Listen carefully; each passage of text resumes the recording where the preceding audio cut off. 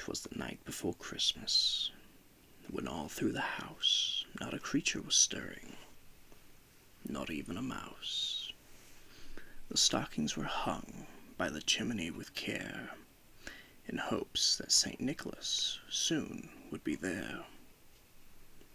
The children were nestled all snug in their beds, while visions of sugar plums danced in their heads. And Mamma in her kerchief, and I in my cap, had just settled down for a long winter's nap, when out on the lawn there rose such a clatter, I sprung from my bed to see what was the matter. Away to the window I flew like a flash, tore open the shutters, and threw up the sash. The moon on the breast of the new-fallen snow gave a lustre of midday to objects below, when what to my wondering eyes should appear but a miniature sleigh and 8 tiny reindeer, with a little old driver so lively and quick, I knew in a moment it must be St. Nick. More rapid than eagles, his coursers they came, and he whistled and shouted and called them by name.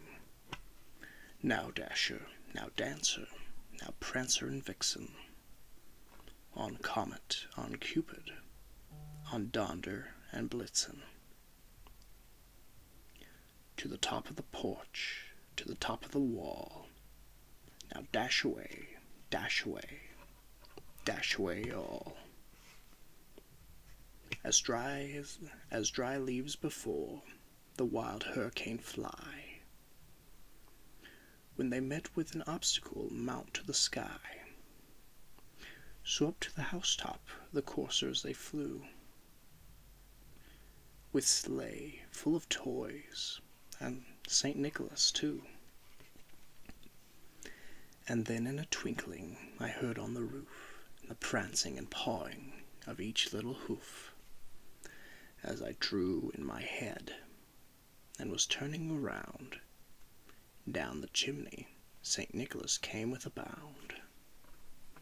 He was dressed all in fur from his head to his foot, and his clothes were all tarnished with ashes and soot. A bundle of toys he had flung on his back, and he looked like a peddler just opening his pack.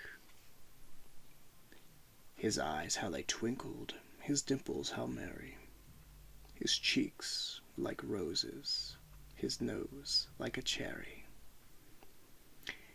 His droll little mouth was drawn up like a bow, and the beard on his chin was as white as the snow.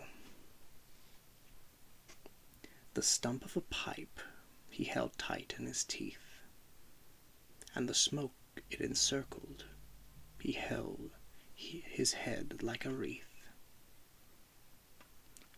He had a broad face and a little round belly that shook when he laughed like a bowl full of jelly. He was chubby and plump, a right jolly old elf, and I laughed when I saw him in spite of myself. A wink of his eye and a twist of his head soon gave me to know I had nothing to dread. He spoke not a word, but went straight to his work, and filled all the stockings, then turned with a jerk, and laying his finger aside of his nose, and giving a nod, up the chimney he rose.